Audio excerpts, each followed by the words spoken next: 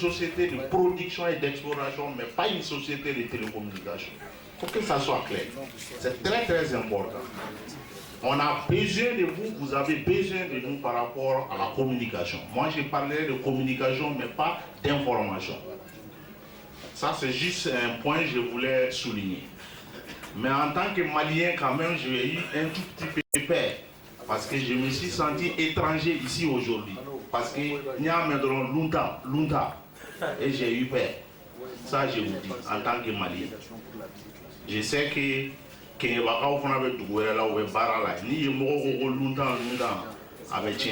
ça, c'est juste un conseil en tant que responsable de l'AMI que je voulais faire passer. Le directeur du CAP a dit l'école est une institution de l'État. Ça ça m'enlève la responsabilité en tant qu'ennemi.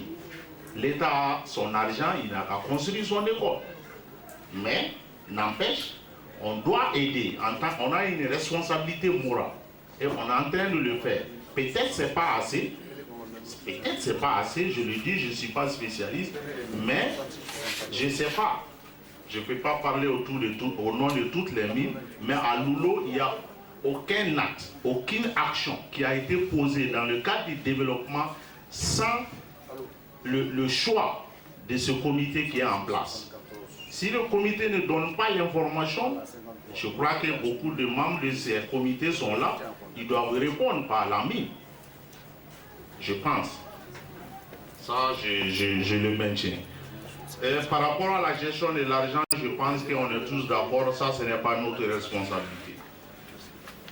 Par rapport au transfert de technologies, je suis 100%, je soutiens ça 100%, mais je pense qu'on doit tous reconnaître que ça a commencé. La preuve en est qu'aujourd'hui, c'est les Maliens qui parlent au nom de ces 2000. Moi, je suis malien, mes collègues de Tabakoto, ils sont maliens. Ça veut dire que le transfert de technologie a commencé. Peut-être, comme je dis, ce n'est pas suffisant. Ça, je n'en sais pas. Mais il y a un autre aspect que je voulais souligner ici, aujourd'hui, c'est quoi? Par rapport à ma société, que je représente ici, à Rangol, on a voté un budget de 2 millions d'euros, de dollars du moins, pour construire une école de mines au Mali. Je pense que monsieur le député, l'honorable est là, il m'entend, et je pense qu'il j'aurai son soutien. On aura en tant que compagnie le soutien de l'Assemblée pour pouvoir réaliser cette école. On est bloqué pour construire cette école de mines au Mali. On ne sait pas pourquoi. Ensuite, par rapport à l'eau et l'électricité, je crois que j'ai été interpellé juste le dimanche passé par le secrétaire général du syndicat et je répète la même chose. J'aurais souhaité réellement que les mines, même si j'étais ressortissant d'ici, j'allais avoir le même raisonnement. Mais il y a des aspects par rapport à l'eau, l'électricité, la distribution de l'eau, l'électricité au Mali ou dans tous les pays du monde. Loulo, c'est Rangol, c'est une compagnie d'exploration et d'exploitation. Ce n'est pas une compagnie de production et de distribution d'électricité. Ça veut dire quoi? Il y a des aspects légaux. Ça veut dire quoi? On a créé une société au Mali et on a rempli un cahier de doléances pour dire on va rechercher l'or et après exploiter et vendre. Aujourd'hui, vous me demandez de produire de l'électricité et de vendre ou de vous donner. Il y a contradiction, ça c'est du point de vue légal. L'autre aspect, c'est du point de vue sécurité. Quand on regarde les maisons autour de la mine, c'est des maisons qui ne sont pas en mesure de recevoir l'électricité parce qu'il y a un risque de brûler toutes ces maisons. Ça, c'est un risque. Quand ça va advenir, qui va prendre ça en charge? Ça, c'est des questions qu'il faut régler au niveau légal. Et je ne sais pas. Aujourd'hui, si on prend seulement les travailleurs, c'est vrai, on suppose que quand on crée une entreprise quelque part, on fait déplacer des gens. Et quand on les déplace, il faut créer une certaine condition de vie. Mais même le fait que la mine donne de l'électricité, la maison et l'eau aux travailleurs, aujourd'hui, on a une facture de 93 millions de dollars que l'État nous réclame parce qu'on se substitue à l'énergie. Donc moi, je ne sais pas quelle est la possibilité, qu'est-ce qu'il faut faire. Au-delà de ça, je signale également Loulo, quand on regarde Loulo, depuis Rangol a pris Loulo, 80% des informations récoltées pour construire une mine, j'ai participé à cette collection. Peut-être ceux qui ont quitté la France, ils ne me connaissent pas, mais ceux qui sont originaires, ceux qui sont toujours ici, ils me connaissent. Quand on a voulu construire Loulo, on a dit on va tirer l'électricité de Manantali pour amener à Loulo en la faisant passer par Kenyeva. On allait prendre ça en charge. Mais la question qui s'est posée, le prix de ces champs de kilowatts était plus 2 fois. L'énergie voulait vendre plus de 2 fois à la mine, même après avoir tiré l'électricité. Qu'est-ce que les gens ont fait? Ils ont préféré produire l'électricité eux-mêmes. Ça, c'est clair. Il y a beaucoup d'aspects. Aujourd'hui, quand on regarde, personnellement, on a donné l'information à tout le monde. Aujourd'hui, Loulo, on aura besoin de 800 000 tonnes de ciment par an. Aujourd'hui, la société, elle est prête d'aider l'État pour étendre la compagnie de cimenterie que l'État est en train de mettre en place avec les Indiens. Ça, c'est des aspects qu'il faut regarder. Mais en tant que spécialiste, ce que je peux vous dire, une mine ne développe jamais quand il travaille dedans. C'est très, très important. Il y a juste un mois, j'étais avec un conseiller du ministre des Finances. Il m'a dit exactement, il a eu la même réaction que le commun ou le Malien lambda a face à ces problèmes.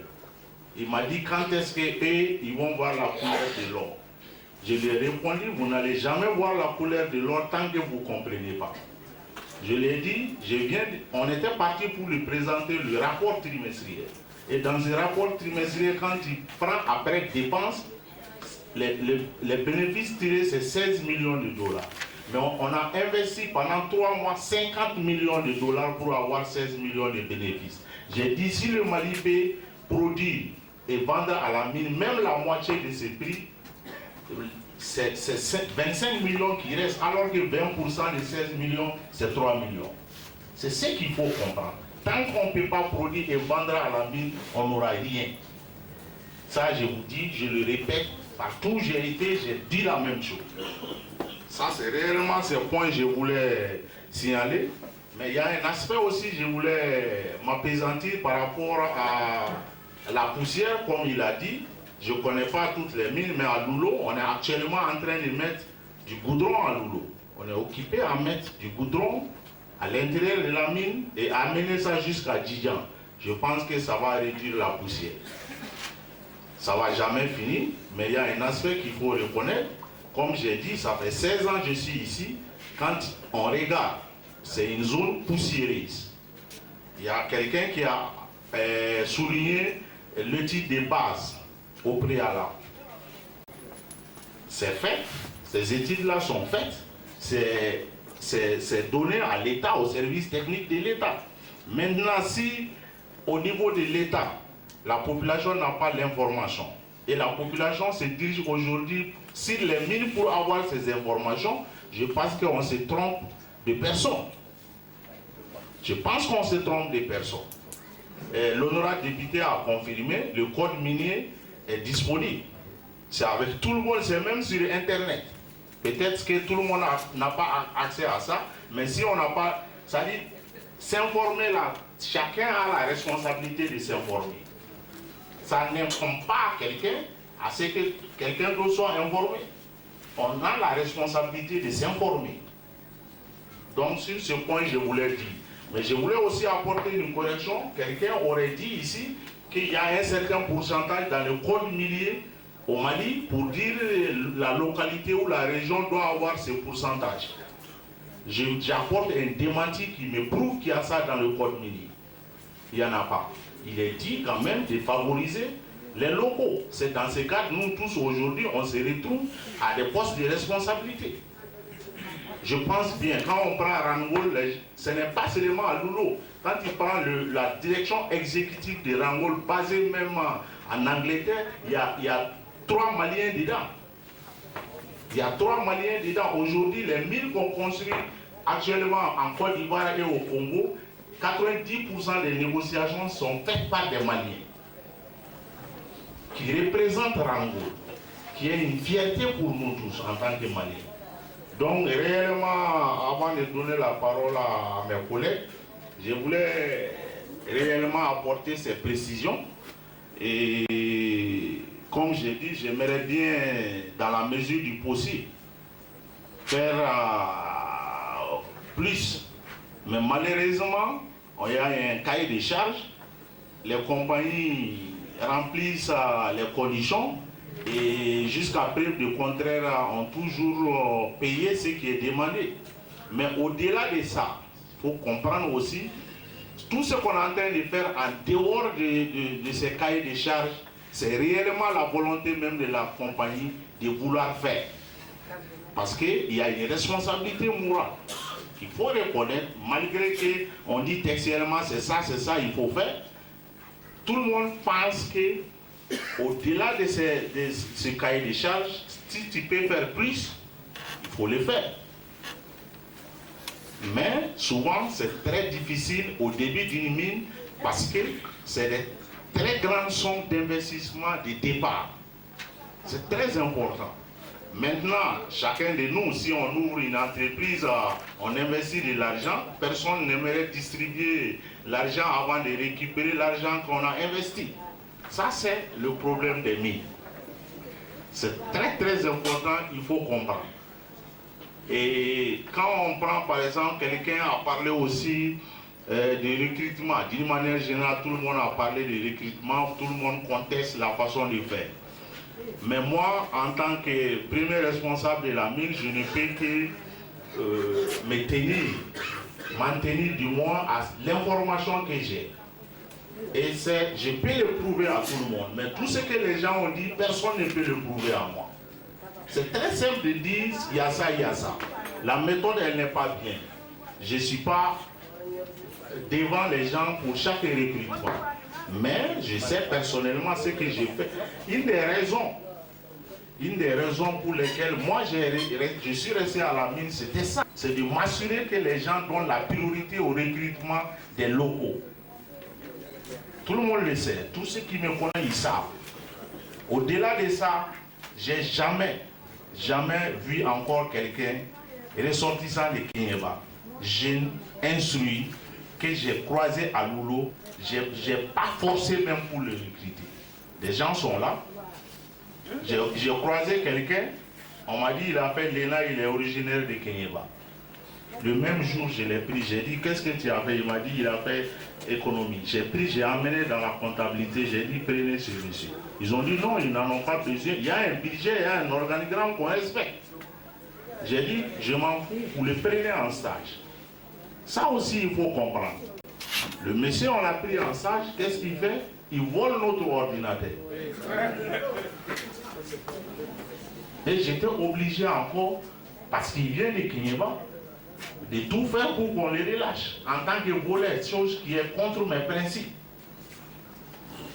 Je parle sous le contrôle des ressortissants d'ici, ils me connaissent. Mais quelqu'un a dit la mine ne peut pas recruter tout le monde. C'est un travail de risque. C'est un travail très risqué. C'est un travail très cher. Maintenant, par rapport à la formation, je pense que déjà les gens l'ont reconnu. On a pris des gens qu'on a envoyés à Morila où on paie $100 par jour par personne pendant 3 mois. Pour les former et amener, c'est eux qui font tourner l'usine de Loulo. On a fait pareil pour conduire les 7-7. C'est les mêmes gens qui conduisent les 7-7 actuellement. Mais j'ai toujours peur quand j'entends certains propos parce que je ne pense pas que c'est légitime de réclamer 100% du travail pour les ressortissants de Kinyeba, même si c'est travail de manœuvre. Mais il y a un aspect aussi que je le répète, je parle sous le contrôle des jeunes, ils sont là, beaucoup, parce que c'est un travail pénible, très dur. Beaucoup, on les prend, ils fuient après. Ils fuient après, si vous voulez que je vous donne des noms, je peux vous donner. Moi, je viens d'ici. Ça fait 15 ans que je suis ici, je connais les gens. Donc, je voulais réellement souligner ces points avant de donner la parole à mes autres collègues pour répondre à vos différentes préoccupations et questions. Je vous remercie. Merci bien, monsieur le directeur. Ok, je vais essayer de répondre aux questions relatives à l'environnement. Je pense que ça commence à la question 5 de monsieur Touré qui a parlé de périmètre d'exploitation de 372 km². et il voulait savoir c'est le pourcentage de terres cultivables. Au fait, les 372 km², au fait, c'est le permis, c'est la superficie du permis. Mais vous allez voir que notre mine ne s'étend pas sur ces 372 km². C'est moins que ça. Ça veut dire que les terres de ces 372 km² sont toujours disponibles pour l'agriculture jusqu'à ce qu'on arrive là-bas pour l'exploitation. Donc, selon les estimations, c'est 20% seulement de terres cultivables qui sont inclus dans ces 372 km². Donc, présentement, la mine de Loulou, la clôture n'englobe pas plus de 1% des terres cultivables. Mais il est à compter que ce problème de terre s'est posé plusieurs fois. Mon collègue l'a eu à dire pendant sa présentation, le développement communautaire est continuel. On apprend tous les jours. On a fait des consultations publiques, c'est ressorti que les gens se plaignent, ils ont besoin de terres cultivables. Donc il y a des études qui sont présentement en cours pour essayer de mettre ça sur une carte et de guider des gens vers des terres que nous jugeons cultivables par des tests techniques, scientifiques qui prouvent que c'est faisable. Donc peut-être que ça existe, mais les gens ne savent pas où c'est. Donc on va essayer de travailler ensemble dans ce sens. Voilà. Donc la deuxième question, le deuxième point c'était sur la certification. Monsieur Diallo Amidou a mentionné que l'information sur ISO n'est pas partagée. On s'en excuse. On a essayé de faire un peu de bruit avec ça. Une particularité de Randgold que quand j'ai joint la société, c'est au fait c'est comme Randgold est comme le Malien, l'humilité dans ce sens. Et je pense que le monde est en train d'évoluer tellement vite que cette information maintenant, il faut se métamorphoser, il faut changer. Maintenant, on va songer à mettre un système en place, comment communiquer ces informations avec la communauté. Sinon, on le fait avec l'État, parce qu'on soumet un rapport environnemental chaque année à l'État, à l'administration compétente, comme on le dit dans la législation. Donc, ces rapports sont disponibles à toute personne, apparemment.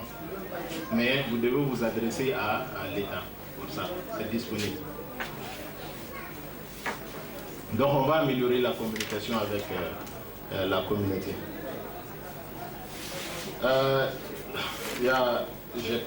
La question 10, je n'ai pas pu capter le nom du monsieur, mais il a mis en question les standards de la Banque mondiale.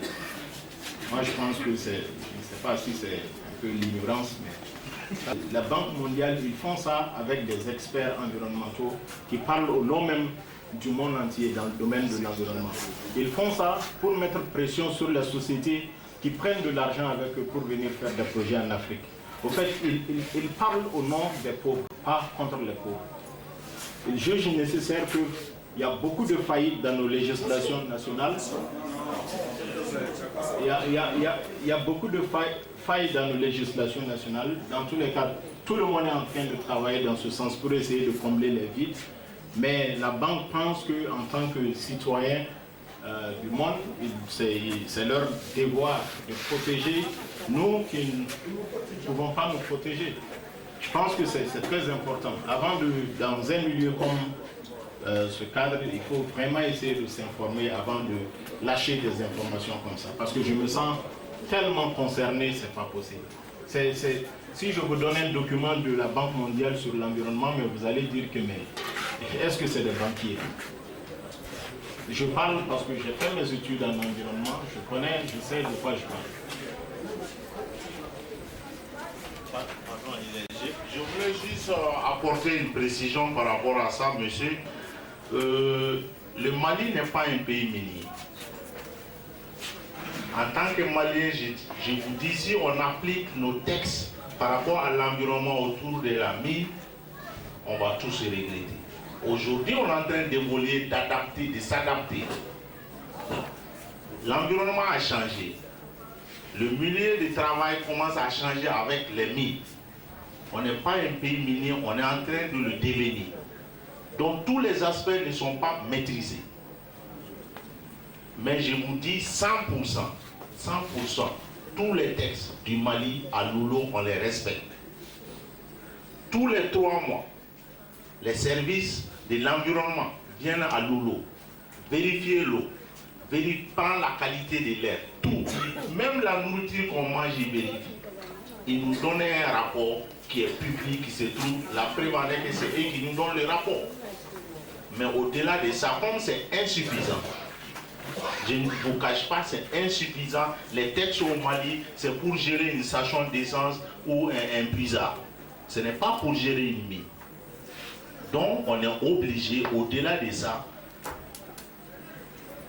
de s'adapter aussi aux règles internationales par rapport à l'environnement, parce que quand on dit la Banque mondiale, ce n'est pas juste quelques-uns de la Banque mondiale, ils s'asseyent, ils définissent quelque chose. C'est basé sur l'expérience. Si on prend même 90% de ces textes, c'est basé sur les mines en Afrique du Sud, en Australie, au Canada. C'est des expériences vécues. Ce n'est pas juste parce qu'on a une station totale là-bas, on a un réparateur de motos là-bas, il met des lits.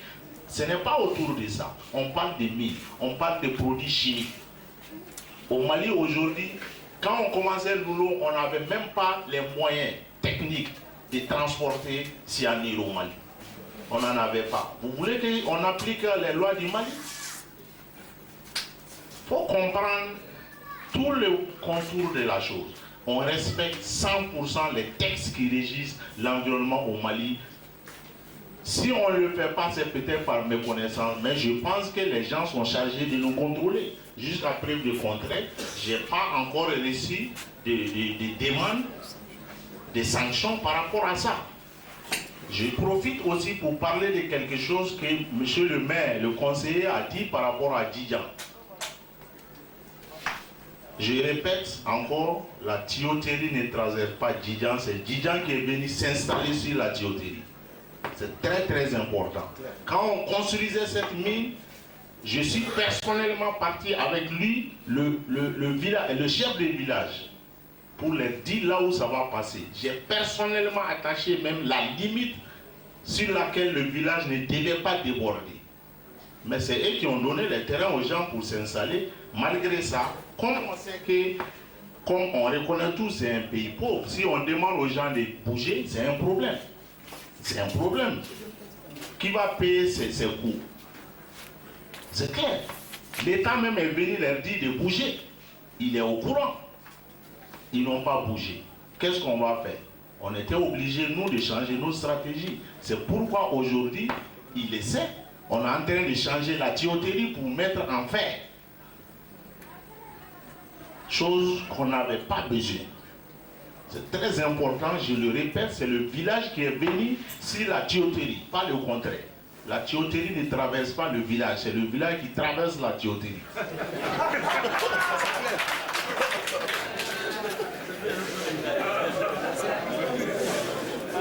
Voilà, ok. Ensuite, la question 14, quelqu'un a posé la question sur la gestion de l'eau, les sources de notre eau et la finition. Nous prenons les eaux du fleuve Falémé, donc on a une autorisation pour ça. Et les eaux, comme la mine de Tabakoto l'a expliqué, quand on envoie la boue au barrage, l'eau est recyclée dans l'usine encore. C'est comme ça que nous gérons notre eau. Donc l'après-mine, quelqu'un a posé la question sur l'après-mine. Excusez encore, je voulais donner une précision par rapport au bassin à boue parce que c'est très très important. Il faudrait que tout le monde sache c'est dangereux. On le répète encore, c'est dangereux. Tout le monde le sait. Mais Loulo, le choix de la zone dans laquelle on déverse est basé sur des choix techniques. Le premier choix, c'était la distance par rapport à la population et au fleuve. Ensuite, on l'a choisi parce qu'on a fait des sondages pour définir le sous-sol de la zone. c'est sur une roche doléritique. C'est la même roche que les gens prennent, ils concassent pour faire le goudron.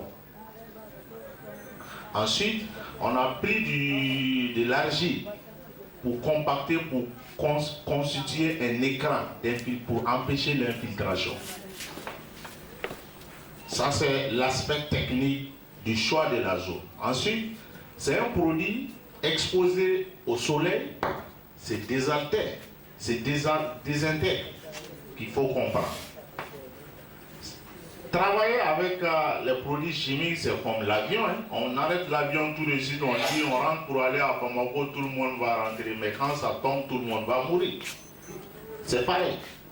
Mais il y a des mesures que les gens prennent pour éviter d'être au contact de ces produits. C'est ça. C'est comme travailler même dans la mine. N'importe quel travail, il y a un risque. Même manger, il y a un risque. Mais on le fait. Voilà, ça je voulais vraiment apporter cette précision par rapport au bassin à bout de Loulou, qui, même les sondages qu'on a effectués là-bas ont été après cimentés pour bloquer, parce que c'est trou, quand ça reste, ça peut créer l'infiltration malgré qu'il y a une imperméabilité naturelle, mais on a creusé des trous pour connaître la nature du terrain. Ils ont été après scellés du moins avec ciment, à béton. Voilà. Donc la disposition après mine, en fait, c'est un sujet complet. Si on doit discuter de ça, ça va prendre du temps. Mais je vais juste dire ce qu'on fait dans ce sens. On a ce qu'on appelle un plan de fermeture qu'on met à jour annuellement. Ça aussi, on est tenu de rendre ça à l'autorité compétente chaque année. Avant la fin du premier trimestre de chaque nouvel an, nous devons remettre ce plan de fermeture. Donc ça comprend tous les détails. Comment on va réhabiliter les tas de tarils, les stériles, et comment est-ce que l'usine va être dégagée, décontaminée et faire tous les coûts. Ça vraiment contient tous les détails. Je crois que ce document aussi est public et disponible à côté de l'administration compétente. Le dernier point sur l'environnement, non, avant-dernier, en fait, c'était l'étude d'impact environnemental. Monsieur du FDS a dit que ce n'était pas clair et que les consultations publiques n'étaient pas bien traduites. Voilà, donc je pense que c'est son opinion. Moi, je pense que c'est bien fait. Je pense que l'étude d'impact environnemental et social que nous faisons, elle est bien faite et que la consultation publique, elle est vraiment intégrante parce que l'État est là, les collectivités sont là, il y a des consultants externes, les locaux sont là, les groupes ciblés, groupes de femmes, groupes de jeunes, tout le monde est représenté là. Donc, moi je pense que c'est une question d'opinion, je pense que c'est bien fait.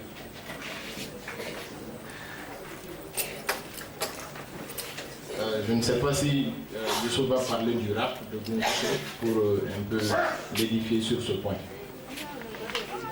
Okay. Pour la relocalisation des locaux, on a notre nouvelle mine de Bunkoto. Il y avait un village qu'on appelle Faraba. À ce jour, je vous laisse aller visiter Faraba et demander les populations s'ils sont satisfaits ou pas. Voilà, parce que ça c'est quand même un exemple très frappant de ce qu'on fait dans le cadre de la relocation. Donc le dernier point c'était de monsieur le conseiller sur la tuyauterie. Donc monsieur le directeur a posé ce point. Donc cette tuyauterie était ce qu'on appelle HDPI, c'est vraiment un caoutchouc dur et c'est fait pour une raison en fait, à cause du soleil, que quand ça se rétracte et se dilate et se contracte. Donc c'est fait, ce choix a été porté sur ça à cause de ça. Bien sûr on a des incidents, parce que rien n'est infaillible. Donc on a des incidents, ça arrive souvent, mais dire que ça reste là-bas et que la pluie prend ça dans les rivières. Nous on fait des analyses d'eau chaque mois, chaque instant, donc on n'a jamais vu de problème avec la qualité de l'eau. preuve en est que les gens se baignent, les gens lavent les habits dans ces eaux et on n'a pas eu de problème jusqu'à présent. Mais pour les mesures qu'on a en place, quand il y a incident et que la tuyauterie pète, Dieu seul sait comment les gens sont mobilisés dans la mine. On a une équipe d'urgence en place. On communique toujours avec l'administration compétente dans ce sens aussi. Ils viennent, ils inspectent. Quand ça se passe, tout le monde est informé, les ressources sont là, on part sur le terrain, on nettoie, on informe le chef du village, on informe la communauté, on informe les services techniques. Ils n'ont pas le temps de venir en ce moment, mais ils viennent pour venir inspecter. S'ils ne sont pas satisfaits, on les nettoie. Donc, je pense que peut-être que c'est juste l'émotion. Donc, en fait, c'est tout ce que j'avais à dire. Merci bien. Merci M. Gérard. Donc nous allons toujours dans la poursuite des réponses pour apaiser les uns et les autres par rapport à leurs préoccupations, continuer les réponses. Nous allons venir au développement communautaire avec votre permission. Alors, M. Touré avait posé une question de savoir si le montant de développement communautaire était un montant à part ou ça fait partie de la patente. Le montant du développement communautaire au niveau des mines est un montant mis à disposition par la mine et sur ses fonds. C'est un appui qui se fait par la mine par rapport à tout ce qui impacte au village les plus proches, dans un premier temps. Donc voilà, je voulais apporter cet éclaircissement. Ensuite, vous avez M. Mamadou Diaby qui avait posé 3 questions. Qu'est-ce que la mine de Tabakoto et Loulo ont fait? Je peux répondre au nom de la mine de Loulo, mais je ne peux pas répondre au nom de Tabakoto. Nous, quand on parle de partenariat, nous travaillons de façon sincère et sur des thèmes spécifiques par rapport aux priorités. Qu'est-ce que Loulo a fait à Tabakoto? Je ne pourrais pas tout citer, mais je vais citer quelques-uns. J'ai tantôt dans la présentation parlé de l'équipement. Aujourd'hui, le centre de référence de Kenyeba, Dieu merci, tout le monde savait comment c'était, aujourd'hui comment c'est. Ce n'est pas la peine que je rentre dedans.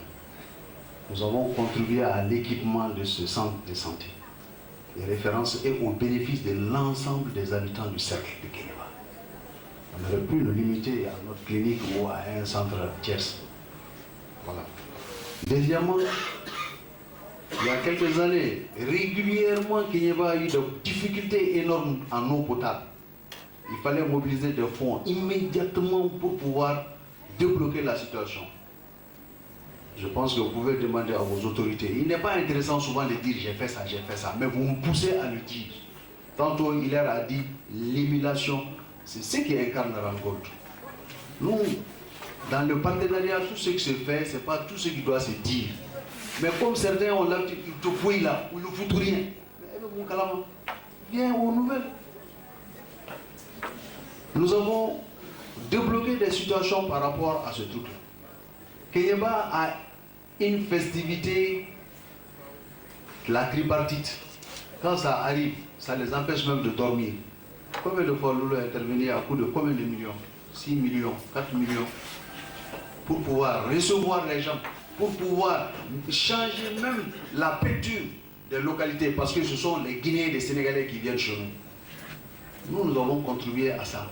Le festival de Congo-Dougou, c'est un aspect culturel qui devait rehausser le niveau de notre cercle. Nous n'avons pas été les derniers. Nous avons contribué et pleinement et participé activement à la réussite de ce truc-là. Entre autres. Donc vous savez, c'est quand un cadre malien à Bamako dit que l'or, on ne voit pas. Et les pourcentages. Mais son salaire qui augmente là, de l'avènement de certains politiques à maintenant, le salaire a augmenté de combien de pourcents? D'où viennent ces sous-là? On ne peut pas arrêter tout malien et dire voilà, prends 5 grammes d'or, prends 10 grammes d'or.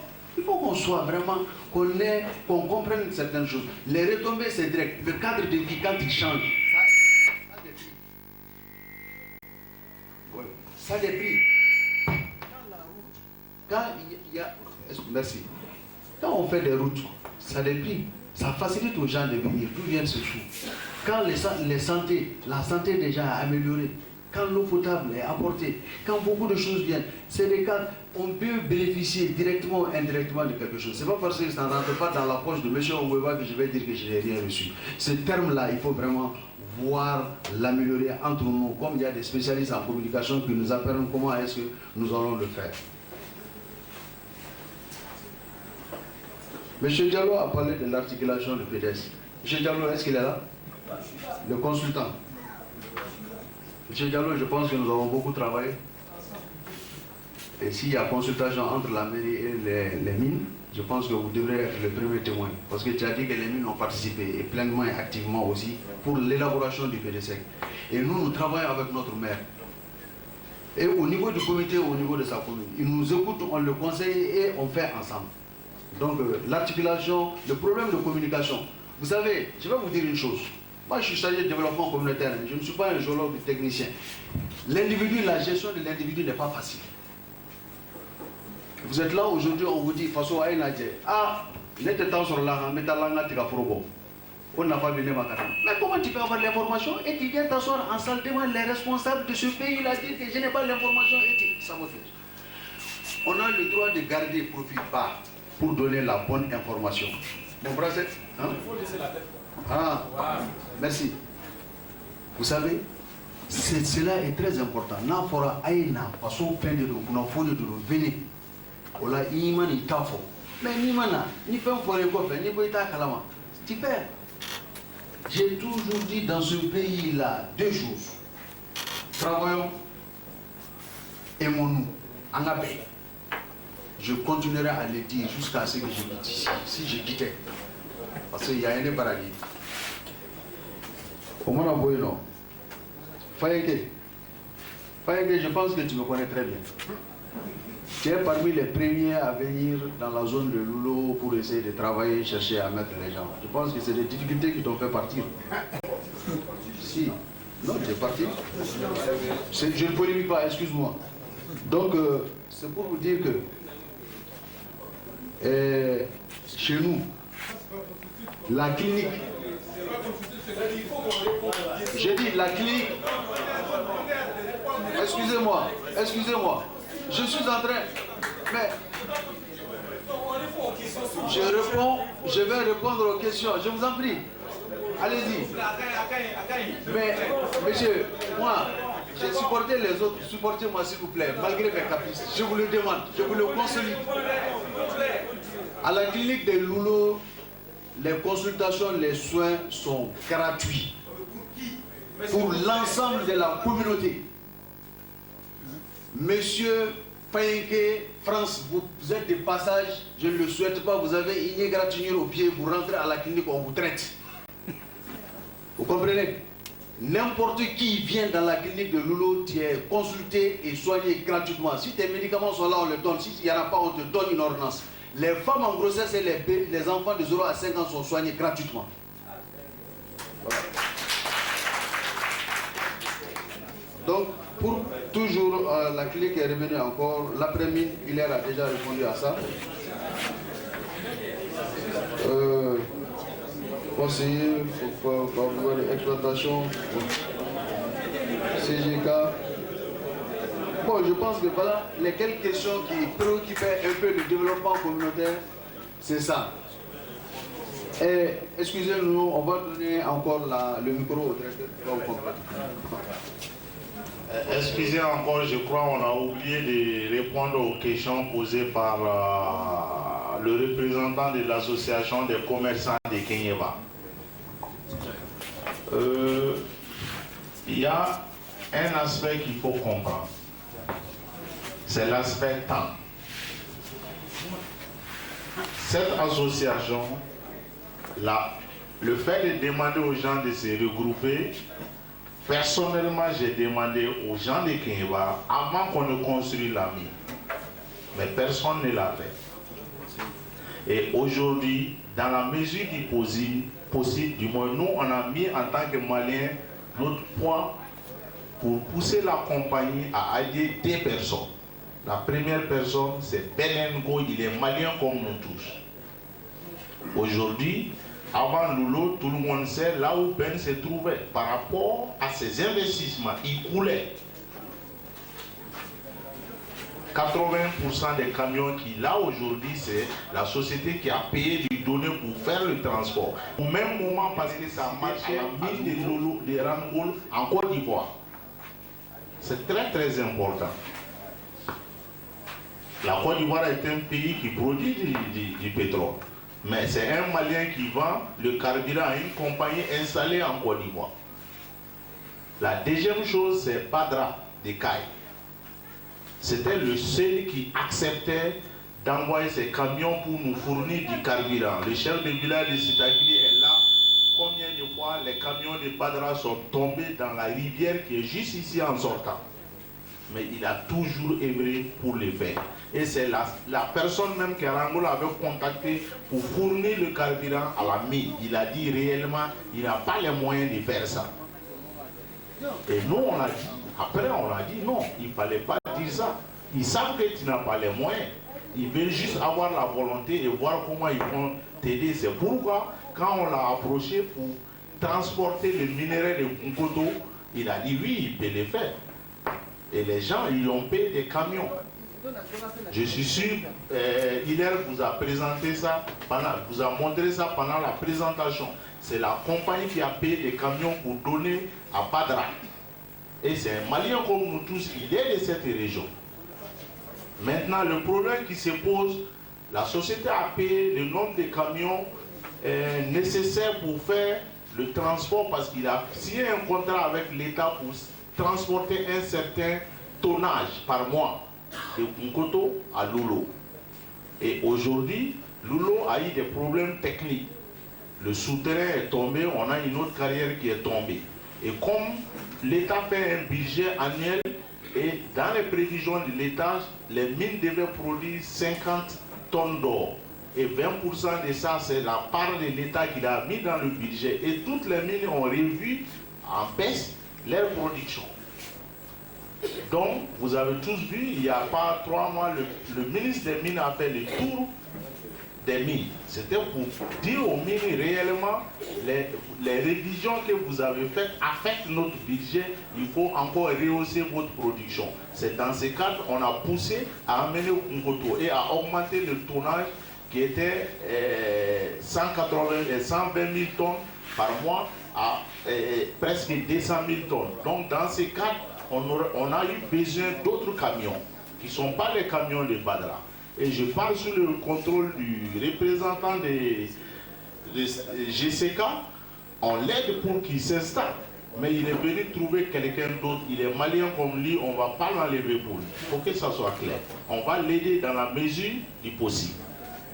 Voilà, je voulais apporter cette précision et j'ai le même réaction d'autres Maliens qui disent ouais, on a chassé tous les autres compagnies, mais on garde seulement GCK. J'ai dit GCK là, moi je viens de la région de Kenyeba parce que ça fait 16 ans que je suis ici, j'ai toujours donné la priorité aux gens d'ici, tout le monde le sait. Ok, je voulais juste une clarification sur l'eau. Tout le monde a parlé de problème d'eau. Ça, c'est des choses que nous écrivons et nous essayons d'améliorer. Donc, nous pensons que nous sommes en train de faire. Mais s'il y a toujours des améliorations, on prend note et on essaiera de faire ce qu'on fait. Moi, je vous remercie très bien. J'ai écouté les différentes questions avec intérêt. Mais j'ai l'impression qu'il y a, à un niveau bien déterminé, je n'ai pas été compris.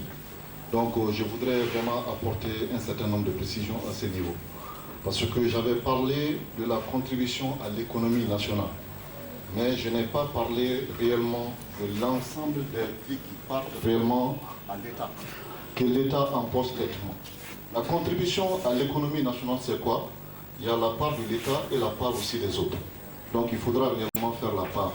Donc ce qui constitue l'ensemble des taxes qui vont réellement dans la poche de l'État, ça c'est 116 milliards que nous avons collecté pendant du début de l'exploitation minière jusqu'à maintenant. Mais quand on essaie de voir au niveau de la masse salariale, il y a 8 milliards 8.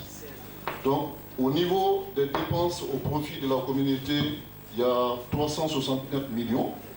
Et quand vous essayez de voir les différents achats de biens et de services que nous avons donnés aux différentes entreprises maliennes, Donc, ça fait de l'ordre de 295 milliards. Donc, ok, les différentes entreprises nationales maliennes ont vraiment profité de cette niveau. Donc, à ce niveau, je voulais vraiment donner cette précision pour vraiment enlever tout équivoque. Alors,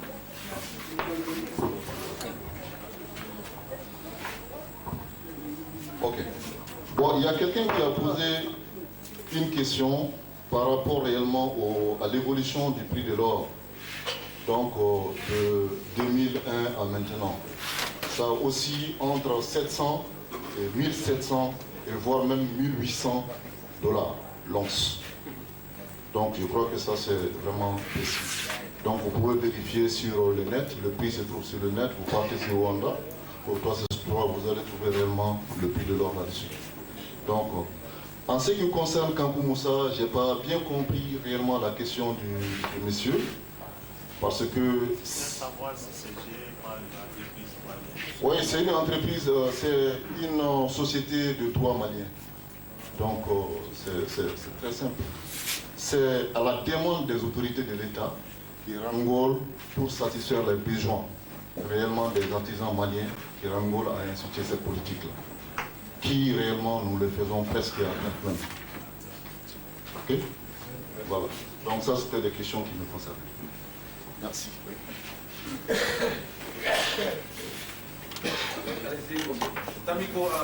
Okay. Merci beaucoup. Nous, on va faire du temps parce que la plupart des questions sur lesquelles on avait été interpellés ont été répondues par nos collègues de Loulou parce que c'est les mêmes pratiques, c'est pratiquement les mêmes choses. Mais malgré tout, on va réagir par rapport à certaines choses. Surtout, je crois que la plupart des interpellations tournaient autour du recrutement. Il y a des gens qui disent qu'ils ne comprennent pas où la façon dont ils sont en train de faire, ce n'est pas la bonne manière. Mais ce que les gens vous disent, ce que la mine fait n'est pas la bonne manière, mais qu'est-ce que vous faites? Qu'est-ce qui est en train de se passer pour la production? Au niveau du tabac-coto, là je suis d'accord avec mon directeur, quand il dit que dans aucun texte au Mali, dans aucune convention, il est dit que le pourcentage qui appartient à la collectivité est tel pourcentage. On le fait dans le cadre de la collaboration, dans le cadre du partenariat. Au niveau du tabac-coto, comment ça se passe le recrutement? On a mis en place un cadre de recrutement. Ce cadre de recrutement est géré par le préfet du cercle de Kenyeba. À chaque fois que nous avons des besoins en personnel, pour le poste non qualifié, parce qu'il faut reconnaître qu'il y a 3 types de recrutement. Le recrutement du personnel qualifié, le recrutement du personnel non qualifié et le recrutement des journaliers. À un certain moment, on s'est rencontrés parce que ce n'est pas la première fois que la question surgit. On a longuement discuté sur ce sujet et finalement, qu'est-ce qui était convenu entre nous? Pour tout ce qui concerne le recrutement du personnel qualifié, c'est laissé à l'appréciation de la mine elle-même. Donc ça veut dire que c'est nous qui faisons notre recrutement. Par rapport au recrutement du personnel non qualifié, c'est là que la collectivité devait rentrer en ligne de compte. Et c'est dans ce cadre qu'on avait mis en place un cadre de recrutement présidé par le préfet. À chaque fois qu'on avait des besoins en recrutement, on adressait une correspondance à ce cadre-là, à cette commission. Et la commission faisait la répartition des différents besoins entre les différentes communes. La commune de Stakili devait avoir 50%, la commune de Kenyeba doit avoir 30% et le reste du Mali 20% pour les postes non qualifiés. Donc à chaque fois qu'on avait des besoins à ce niveau, on faisait la correspondance. Mais à chaque fois qu'on recevait le retour de cette correspondance, c'est les personnes qui sont chargées de recruter, qui mettent les noms de leurs protégés. Ça, on a été interpellé par les chefs de village, on a été interpellé par les responsables communaux, on a été interpellé par la jeunesse de Tabakoto. Finalement, qu'est-ce qu'on a décidé? Je les ai rencontrés. J'ai dit, entre vous, tombez d'accord, dites-nous par rapport au plan, comment on peut procéder. Parce que si nous nous adressons notre correspondance au niveau de la commission de recrutement, la commission de recrutement fait son travail. Elle répartit les différents postes entre les deux communes. Chaque commune a son pourcentage. Mais le BABA est qu'au niveau des communes, aucune mairie n'a mis en place une structure qui pouvait quand même satisfaire ces besoins-là. À la limite, la commune de Kenyeba l'a fait. À chaque fois qu'on fait des recrutements, Kenyeba, au niveau de Kenyeba, il convoquait toutes les personnes intéressées, c'est-à-dire la jeunesse, les responsables villageois, les responsables communaux, et ils statuaient, ils nous envoyaient, sinon ils nous proposaient des noms. Mais au niveau de la commune de Stakili, il y a tout un de problèmes. Soit c'est le maire qui m'appelle, qui se plaint. Soit c'est les chefs de village qui se regroupent, qui viennent me voir, qui se plaignent. Soit c'est la jeunesse qui se regroupe, qui vient se plaindre. Non, mais au fond, qu'est-ce qui s'est passé? Ne dites pas non, monsieur le maire, il y a la jeunesse dans la salle, il y a les chefs de village dans la salle, et je peux citer des noms. Je peux vraiment citer les noms. Et je suis même surpris d'entendre ce soir qu'aucun ressortissant de cette zone-là ne travaille dans la ville de Tabakoto. Moi, j'ai la liste. J'ai la liste, je peux communiquer la liste, je peux communiquer les noms. Qu'est-ce qui se passe à chaque fois qu'on a des retours? Chaque fois qu'on a des retours, c'est les responsables communaux, les responsables qui sont chargés de faire des recrutements qui mettent les noms de leurs ressortissants. Monsieur le maire a parlé tout de suite du recrutement de 3 personnes, de la sécurité. Les 3 personnes, qu'est-ce qui s'est passé? Quand on a décidé de recruter 3 personnes, monsieur le maire était en déplacement. Il était allé pour la validation de notre dossier de l'environnement. C'était 3 postes, mais des postes de femmes. On avait besoin de femmes pour travailler dans la clinique. C'était pour la fuite des filles qui passent à la clinique. On a fait d'abord une première correspondance. Dans la correspondance, on a dit qu'on a besoin de 3 postes. Donc on demande à chaque commune d'envoyer un certain quota. Mais on a précisé au bas de la lettre, les candidatures féminines sont vraiment sollicitées. Parce qu'on ne peut pas faire un recrutement en disant qu'on a juste besoin de femmes. C'est contrairement aux lois du Mali. Donc on a fait un avis, on a fait une lettre qu'on a adressée au maire de Kéniéba et au maire de Sitakili en leur disant que les candidatures féminines sont sollicitées. Monsieur le maire, sans pourtant bien dire le document, il nous envoie le nom de 5 hommes. Donc quand on a reçu la lettre, moi j'étais en congé, on m'a appelé, on me dit, ah monsieur Diallo, on vient de recevoir la liste de Kéniéba, de Tabakoto. Mais on nous a envoyé 5 listes. J'ai dit non, mais c'est pas 5 personnes, 5 hommes. J'ai dit mais c'est pas des postes d'hommes. J'ai demandé à dire, appelle monsieur le maire, je sais qu'il est en déplacement. On n'a pas besoin d'hommes, on a besoin des femmes. Monsieur le maire, il a appelé un de ses conseillers. Il dit, propose le nom de 7 personnes. La commune de Sitakili a proposé une personne, a proposé 2 dossiers. La commune de Kéniéba a proposé 2 dossiers. C'était un poste pour 3 personnes. On a recruté, sur la liste de Sitakili, on a recruté une personne.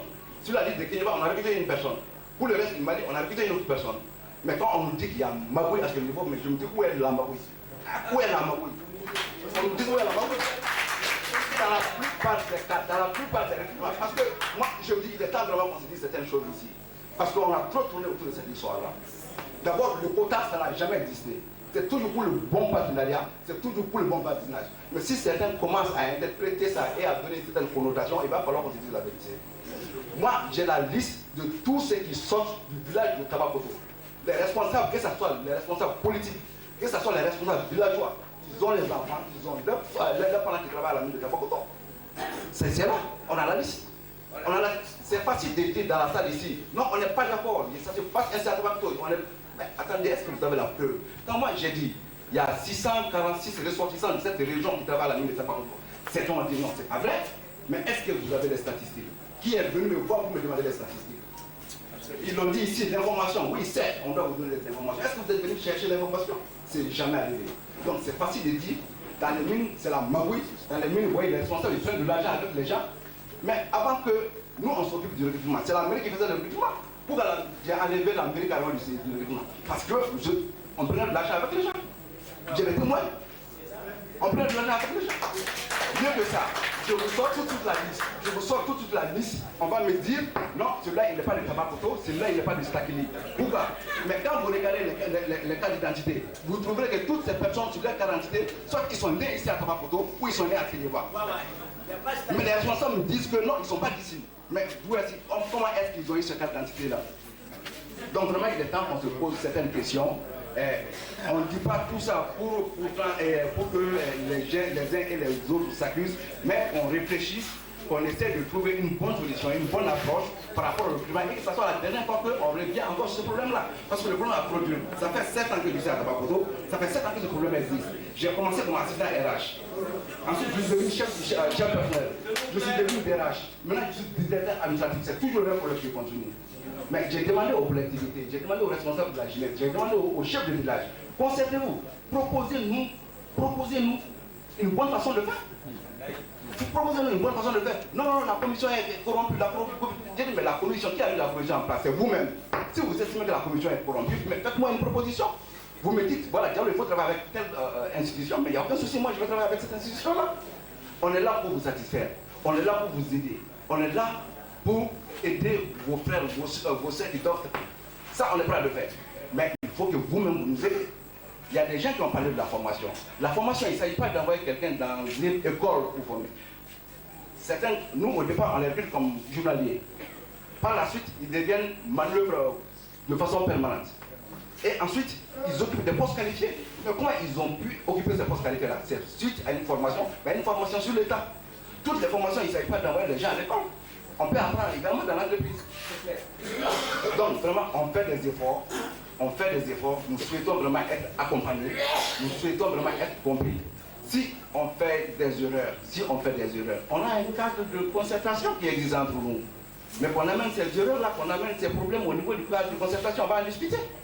Je suis surpris également d'apprendre dans cette salle qu'on n'a jamais entendu parler qu'il y a eu une construction d'école à Koutila. Je n'ai jamais entendu parler qu'il y a eu une construction d'école à Mouralia. Mais toutes ces constructions ont été décidées au sein de ce cadre de concertation-là. Nous, on a les rapports. Ce n'est pas des choses qui ont été déterminées cette année en 2011. Ça, c'est le programme de 2010 qui est en train de continuer. Mais sortez vos rapports. Dans le cadre de concertation, il y a le maire qui est présent, il y a le préfet qui est présent, il y a les chefs de village qui sont là, il y a les représentants des villes qui sont là. Toutes ces réalisations ont été décidées par le cadre de concertation. Mais je suis vraiment surpris d'apprendre ici qu'on n'est pas au courant, on n'a pas été saisis. Nous, on construit des écoles dans des villages. Si la communication est là, si les uns et les autres veulent vraiment jouer leur partition, mais qu'est-ce qui empêche le chef du village d'informer le maire? Voilà, il y a la mine qui est en train de faire ça chez moi. Qui peut, pourquoi ne pas faire ça? Mais on attend tout de la mine. Il faut que c'est la mine qui nous informe. Il y a quelqu'un même qui a dit pourquoi on ne met pas l'argent à la disposition de la population pour qu'elle réalise le développement. Mais à quelle fin? À quelle fin? À quelle fin? C'est ça le problème. Il y en a même qui ont eu à dire que oui, voilà, Tamiko, ce que Tamiko fait seul, je peux le faire.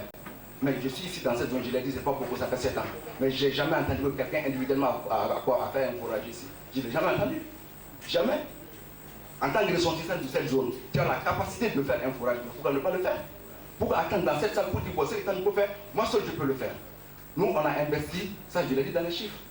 Si individuellement quelqu'un peut le faire, mais que la personne construit seulement un seul forage. Un seul forage. Ce n'est pas dans un cadre de polémique. Ce que moi je souhaitais.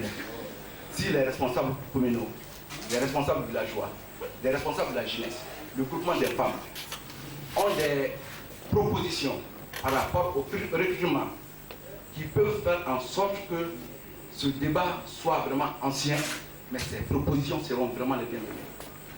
On a un cadre de concertation pour ça et on est prêt à écouter n'importe qui et on est prêt à vous écouter à tout moment. Donc ça c'est par rapport au recrutement. En ce qui concerne, là, il y a des questions qui ont été posées. Il y a des questions qui ont été posées. On va répondre à ces questions-là. Par rapport au développement, par rapport aux ressources humaines, donc maintenant je vais passer la parole à Dieudonné qui va intervenir par rapport à l'environnement et ensuite on va intervenir par rapport au développement communautaire.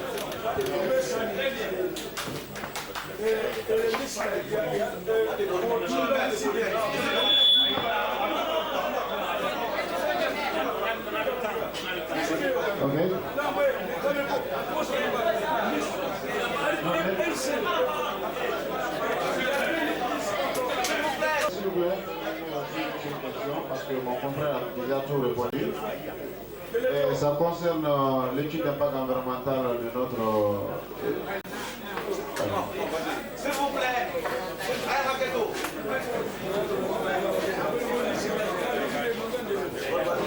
Ok, je voulais seulement lui dire que l'étude d'impact environnemental est faite sur suivant le décret de 2008.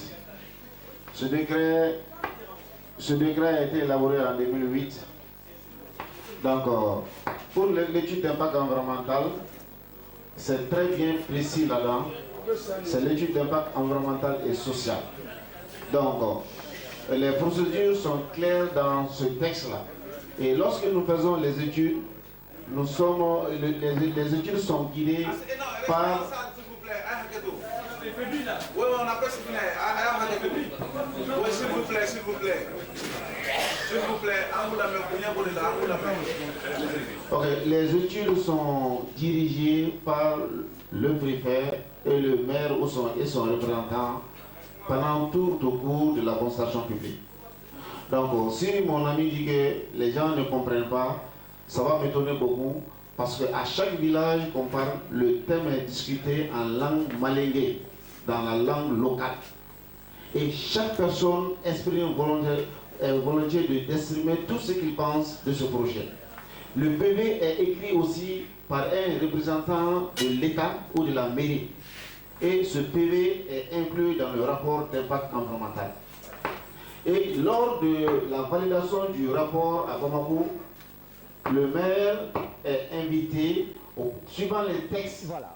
C'est acquis dans le cercle de Kéniéba, dans la région des Caï, a abrité du 22 au 24 novembre dernier le forum sur l'exploitation minière et le développement du cercle de Kéniéba, initié par l'association des ressortissants de Kéniéba en France, en collaboration avec le département du Pas-de-Calais en France. Ce forum a été moyen pour les ressortissants de Kéniéba à Bamako et en France de partager avec leurs frères et sœurs les ambitions pour le développement du cercle. Nos envoyés spéciaux, Djemba Moussa Konaté et Seydou Sissé. Le cercle de Kéniéba dans la région de Caï est une localité riche en ressources minières. Il s'agit entre autres de l'or, du fer, du diamant et de l'uranium. C'est pour cela que cette zone pré-guinéenne fait depuis un certain temps l'objet de convoitises de la part des investisseurs nationaux et étrangers. Conscients de cet état de fait, les ressortissants de Kéniéba en France et à Bamako ont initié cette rencontre pour non seulement discuter en famille de tous les problèmes auxquels leur localité est confrontée en matière de développement, mais aussi d'élaborer un projet de développement intégré du cercle de Kéniéba afin de préparer leur retour au Bercail. Les problèmes de développement du secteur de Kéniéba s'expliquent surtout par le manque de dialogue entre les différents acteurs du secteur minier, privés et institutionnels, et les populations riveraines.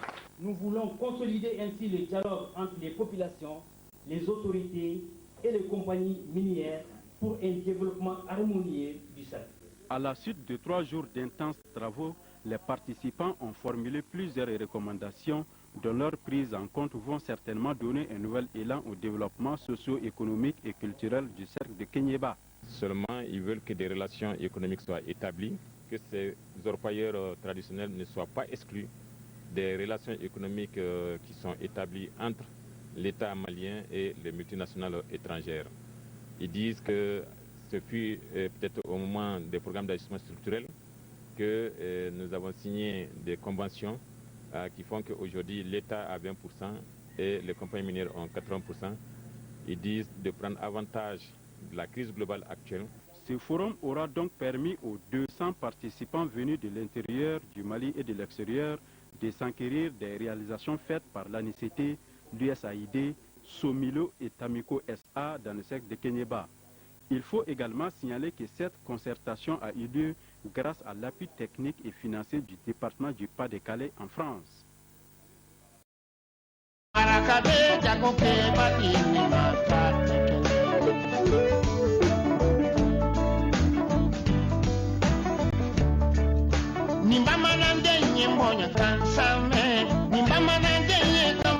L'association des ressortissants du cercle de Kéniéba en France a vu le jour en octobre 2002.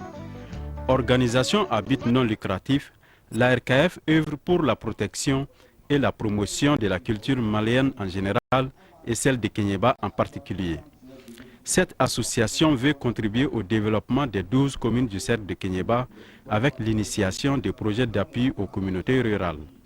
Elle appuie également l'intégration de la communauté malienne en France. Permettez-moi de saluer la présence des sociétés minières, Somilo Tamiko, dans le cercle de Kéniéba. Une autre compagnie va bientôt exploiter l'uranium dans la commune de Falia. Elle contribue à leur manière au développement industriel, économique et social de notre pays, le Mali. Ces compagnies peuvent, à travers une assistance financière et matérielle, aider l'ensemble des 12 communes de Kéniéba à sortir de la pauvreté. Elles peuvent aussi aider à vaincre le chômage dans la zone. Malgré ces potentialités, des problèmes persistent dans plusieurs domaines. Éducation, santé, transport, communication. Les infrastructures sont quasi inexistantes. Il n'y a pas de cadre approprié pour les sports. Les sociétés de transport en commun s'inquiètent de l'état des routes Caï Kéniéba, Baflabé Mahina Kassama Kéniéba, Baflabé Mahina Kéniéba, Manantali Koundjan Kassama Kéniéba, surtout pendant l'hivernage. On a vu ce qui se passe ailleurs dans les autres cercles de la région de Caï, notamment à Sadiola où il y a une forte présence minière. Donc on s'est dit que mieux vaut se lever tôt pour initier un débat autour de l'exploitation minière dans notre localité, afin de prévenir les dégâts environnementaux que cela peut engendrer, les problèmes sociaux que cela peut engendrer, et puis comment faire aussi pour juguler le taux de chômage dans notre localité à travers l'exploitation minière, et comment faire pour susciter une vraie dynamique de développement autour de l'industrie minière. Le sous-sol de Kéniéba est très riche en ressources minières. Il s'agit entre autres de l'or, de l'uranium, du diamant et du fer. Conscient de cela et ayant un souci constant du développement du Mali et celui de Kéniéba, les fils de Kéniéba ont confirmé leur attachement à leur terre natale au cours de ce forum qui s'est tenu du 22 au 24 octobre 2011 à Sitakili. Au cœur des échanges, un thème d'actualité, l'exploitation minière et le développement du cercle de Kéniéba. Une rencontre très riche, des débats de famille parfois houleux, mais très francs entre les frères et sœurs de Kéniéba venus de Bamako et France. En 3 jours de travaux, Kéniéba et ses fils s'est doté d'un noyau de projets de développement intégré du cercle. Les problèmes de développement du cercle de Kéniéba s'expliquent surtout par les manques de dialogue entre les différents acteurs du secteur minier, privés et institutionnels, et les populations riveraines. Nous voulons consolider ainsi le dialogue entre les populations, les autorités et les compagnies minières pour un développement harmonieux du cercle. On est également un département qui est une zone minière et donc on est directement intéressé par toutes les problématiques qui sont liées aux gestions des ressources minières dans un pays comme le Mali, dans le cercle de Kéniéba. Et ça fait également partie des actions qui vont être suivies avec le cercle de Kéniéba, puisqu'on est en train de mettre en place et de formaliser une coopération avec le cercle. L'organisation de ce forum a ouvert une nouvelle ère dans la collaboration entre les autorités communales et administratives de la localité. Un autre acquis non moins important, c'est le mur de méfiance entre les populations riveraines et les sociétés d'exploitation minière qui tombent. Les autorités, tout comme les populations, ont souhaité la pérennisation de ce rendez-vous de Kéniéba utile, tout comme de l'or qui brille sous cette terre de mine. Les ressources minières, à n'en pas douter, constituent une bonne opportunité. C'est donc très légitimement que ces ressources très importantes dans le cercle de Kéniéba suscitent autant d'engouement, autant de débats, et nous le comprenons fort bien. Vous avez vécu depuis plusieurs générations dans cette cohabitation, voire cette complicité avec la société minière. Je ne m'étendrai donc pas sur les avantages que pourraient apporter la société minière. Du reste, les recommandations qui ont été faites par rapport aux mines prouvent largement, s'il en était encore besoin, tout l'intérêt de la population par rapport à ce secteur. Nous avons cité d'autres secteurs. L'agriculture. On parle des terres du cercle de Kéniéba comme une sorte d'accident géologique. Et les recherches l'ont prouvé. La richesse des terres du cercle de Kéniéba, il faut aller au-delà de la sous-région pour trouver des terres aussi riches. C'est dire que des potentialités existent. Pour moi, c'est clair que c'était une initiative extrêmement importante, tout simplement parce que quand on se rend compte sur le Mali, qui est le 3e producteur d'or africain et qui est dans le même temps un des pays les plus pauvres de la planète, on peut se poser la question d'un tel paradoxe. C'est pourquoi un forum devait permettre à la fois d'éclaircir quels problèmes pouvaient expliquer cette situation et surtout faire intervenir tous les gens à la base populaire en fait, pour comprendre et partager leur expérience de terrain en fait, sur ces réalités minières et pourquoi on a un tel déséquilibre entre une richesse qui est sous leurs pieds et un développement qui n'est pas complet ou pas totalement fait ici dans le cercle en fait. Pour moi en fait la contribution principale du forum c'est d'abord une prise de conscience en fait de l'ensemble des gens ici qu'ils ont aussi une voix au chapitre et qu'ils ont aussi des choses à dire sur le développement du cercle qui ne doit pas seulement être accaparé par un certain nombre d'administrations et d'élus. C'est les gens qui sont directement concernés, ceux qui vivent auprès des mines, qu'elles soient artisanales ou industrielles, donc elles ont une voix au chapitre et elles doivent comprendre en fait tous les enjeux qu'il y a derrière. Même s'ils vivent la mine au quotidien, ils n'ont pas forcément l'idée de tous les problèmes qu'il y a derrière, notamment en termes de durée. Est-ce qu'elles savent que dans 10 ou 15 ans, il y aura peut-être certains problèmes sociétaux ou environnementaux qui pourraient se poser, sur lesquels elles n'ont encore aucune idée en fait. L'intérêt du forum, c'est avant tout d'apporter des informations et faire poser des questions en fait à l'ensemble de ces gens-là. La présidente du conseil de cercle de Kéniéba a pour l'occasion évoqué quelques difficultés qui freinent le développement de sa localité. Globalement, toutes ces contraintes se traduisent par l'enclavement, les insuffisances alimentaires, les insuffisances de la couverture sanitaire des mesures d'hygiène et d'assainissement, la faiblesse du taux de scolarisation doublé des manques d'alphabétisation, l'absence d'ONG opérationnelles, la persistance de la pathologie animale, le manque de lien entre les sous-secteurs principaux de développement comme l'agriculture et l'élevage. Qu'à cela ne tienne, les sociétés d'exploitation minière qui sont sur les sites d'orpaillage de Kéniéba et environ ont fait beaucoup d'investissements pour améliorer le cadre de vie des populations. Premièrement, la mine de Loulou est intervenue dans le domaine de l'hydraulique, l'eau potable, en dotant les villages en forage, en organisant la population, en mettant à la disposition de chaque village un artisan réparateur de forage et également en essayant de mettre un système, n'est-ce pas, de pérennisation de forage là. En deuxième action, nous sommes intervenus aussi dans le domaine de la santé. Nous prenons en charge la santé de la population parce que les consultations sont gratuites, les femmes en grossesse, les enfants sont soignés gratuitement. Participons également aux campagnes de vaccination à l'échelle et nous avons également équipé le centre de santé de référence de Kéniéba en matériel pour pouvoir soulager la population de l'ensemble du cercle de Kéniéba. Dans le domaine de l'éducation, nous avons contribué non seulement à l'organisation de la population pour stimuler un peu l'envoi des enfants à l'école, mais nous avons construit des écoles. Nous dotons chaque année les écoles en fourniture scolaire et nous stimulons aussi les villages dans la prise en charge des salaires des enseignants. En plus, nous sommes dit qu'il fallait nécessairement voir un peu qu'est-ce qui peut être développé même après la mine. C'est en ce moment on parle de développement d'activités économiques. Pour ce faire, la mine de Loulou a introduit 2 variétés de maïs et 2 variétés de nérika, a doté un tracteur à la communauté et également donne des semences de maraîchage dans le domaine de l'agriculture et a organisé aussi des associations autour. Les ressortissants de Kéniéba à Bamako ont également insisté sur la protection de l'environnement. Le gouvernement du président Amadou Toumani Touré a accordé une attention particulière à l'agriculture. Et il disait récemment, quand il a eu une visite sur la controverse sur l'uranium, que l'uranium, aussi bien que l'agriculture à Kéniéba, est une potentialité énorme. Aujourd'hui, nous avons eu la chance d'apprendre davantage sur les potentialités des ressources agricoles dans la zone de Kéniéba, que donc une révolution verte aussi est possible à côté d'une révolution en or. Je crois la plus grande satisfaction de ce forum, on aura un programme intégré et on a à la fois l'agriculture et les mines que l'on peut mettre en synergie. Par exemple, pourquoi pas créer des entreprises d'agro-business pour pouvoir ravitailler les mines en produits frais de qualité, que ce soit les produits d'élevage aussi bien que les produits maraîchers et les légumes et les fruits en particulier.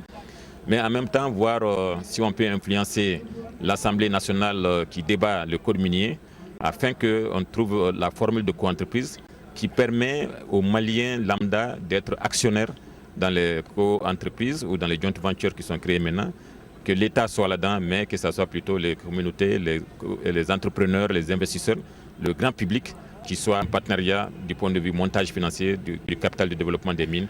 Ainsi, si on le fait comme il faut, très bientôt, les prochaines mines, ce sont les Africains qui vont être majoritaires au lieu que ce soit 80% d'entrepreneurs et de co-entrepreneurs ou co-investisseurs étrangers.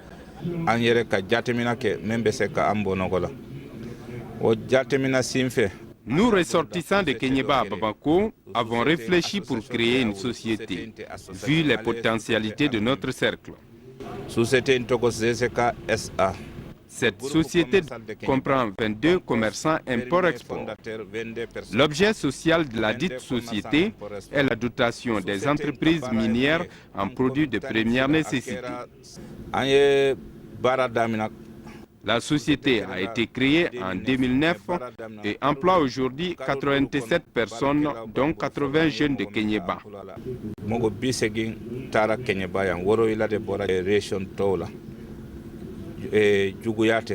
Cela pour contribuer à la lutte contre le chômage et le sous-emploi.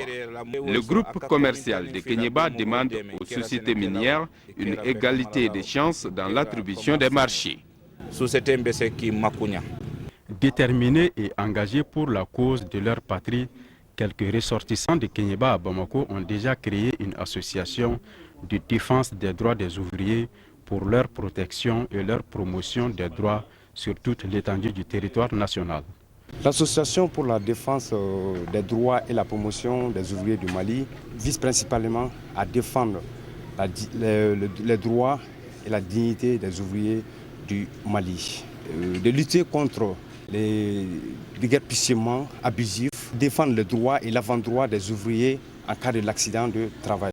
Cette rencontre de 72 heures a également été marquée par une visite sur quelques sites d'orpaillage traditionnels du cercle de Kenyeba. Il s'agissait de s'enquérir des conditions de travail de la population évoluant dans l'orpaillage traditionnel de la localité.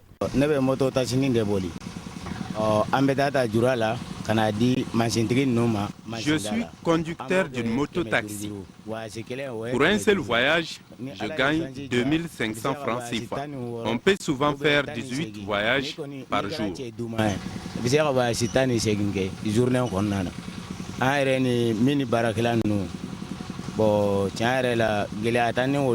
Je n'ai vraiment pas de problème avec les orpailleurs.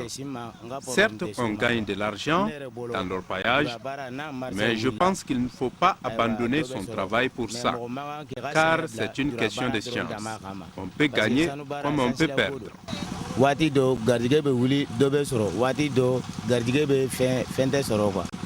Les thèmes comme le monde rural et les problèmes environnementaux, l'impact des routes et celui des mines sur le développement socio-économique du cercle de Kenyeba ont été décortiqués au cours de ce forum.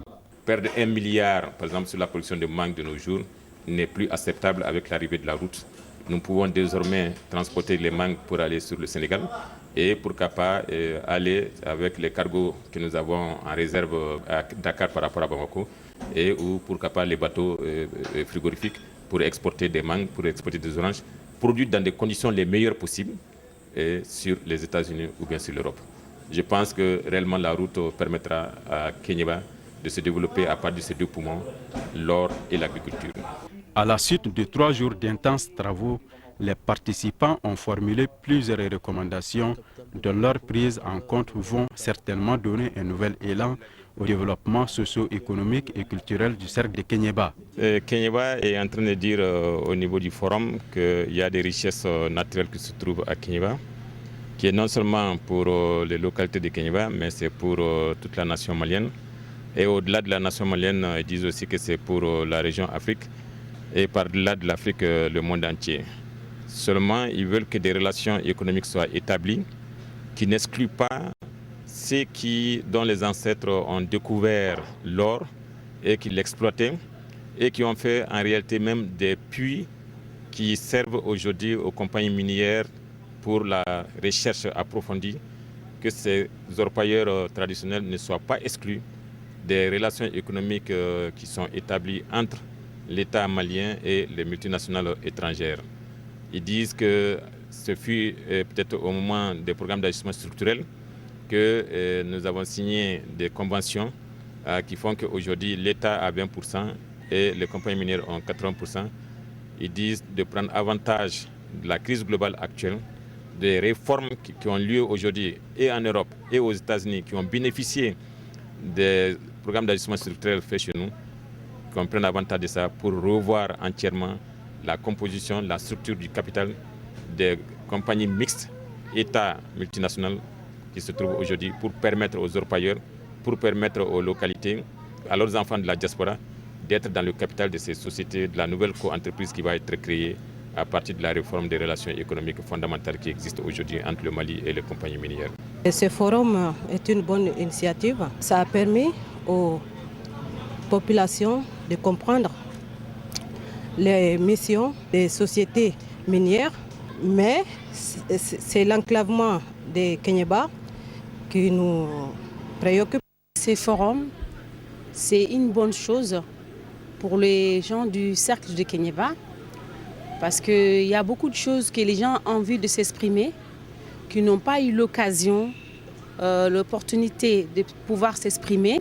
Pour nos frères et nos sœurs qui sont dans le cercle de Kéniéba, qui ont beaucoup de difficultés, que ce soit au niveau de l'éducation, la sécurité et au niveau travail pour la jeunesse malienne. Parce que si on voit aujourd'hui les jeunes de Mali qui vont partir en France pour chercher du travail, pour pouvoir s'occuper le besoin de la famille, c'est qu'ils n'arriveront pas à trouver du travail ici au Mali. Or, le cercle de Kéniéba, je pense qu'il y a assez de richesses pour que nos jeunes peuvent rester ici parce que la population a besoin de ces jeunes. Le Mali a besoin de ces jeunes. Les autorités législatives ont apprécié la tenue de ce forum car, selon elles, c'est le témoignage du degré de patriotisme que ces compatriotes ont pour leur localité. Personnellement, j'ai bien apprécié ce forum parce que c'est un forum qui a touché tous les aspects du développement du cercle de Kéniéba. Le volet route, le volet minier, le volet agricole, avec évidemment des propositions de solutions. Ça, c'était vraiment exceptionnel. Je peux dire que mes attentes sont comblées. Comblées enfin parce que nous avons abouti sur des recommandations et des conclusions. Le suivi de ces recommandations et de ces conclusions nous permettra d'amorcer le processus de développement au niveau du cercle de Kéniéba. Un développement équitable, un développement durable, un développement harmonieux de l'ensemble de 12 communes. On ne va pas se focaliser seulement sur les mines, mais on va aussi se focaliser sur l'agriculture, sur l'élevage, sur l'artisanat, sur la cueillette, sur la valorisation de nos ressources locales. Ce forum était nécessaire. Nous l'avons demandé à plusieurs reprises. Dieu merci, les moyens aujourd'hui nous ont permis l'engagement des uns et des autres. Certains sont venus à leurs frais, de la France, de Bamako, de partout. Le forum a eu lieu.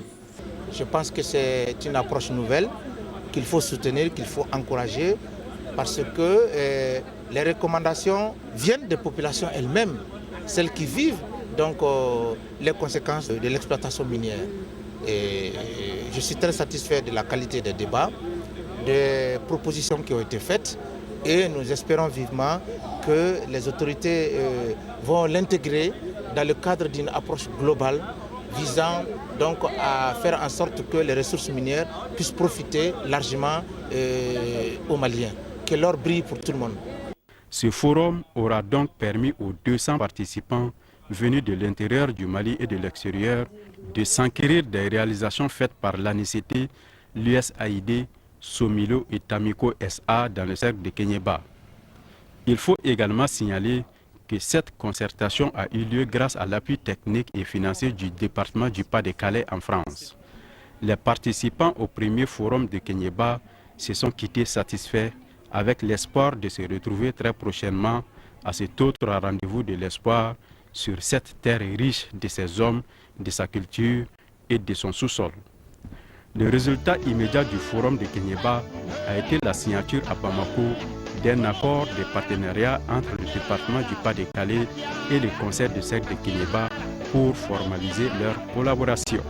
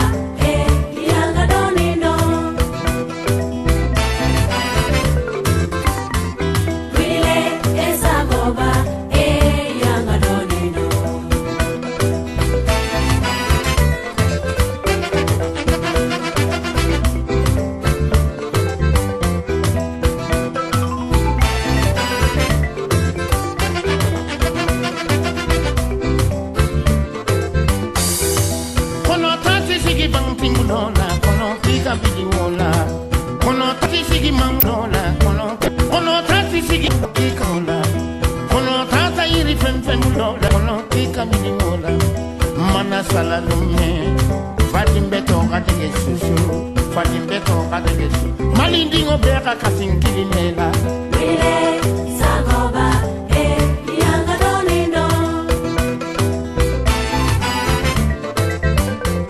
wile sagoba yanga donindo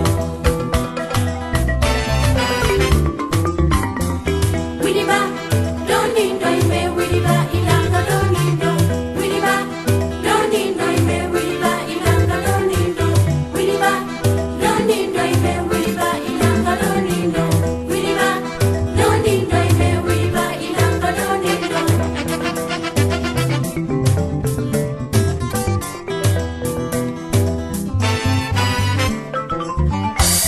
wile sagoba ilanga donindo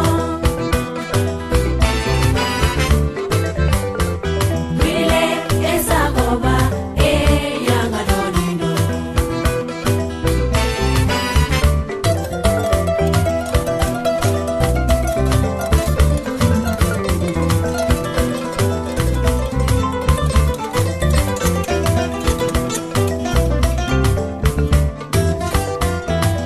ono tati sigi bang timbul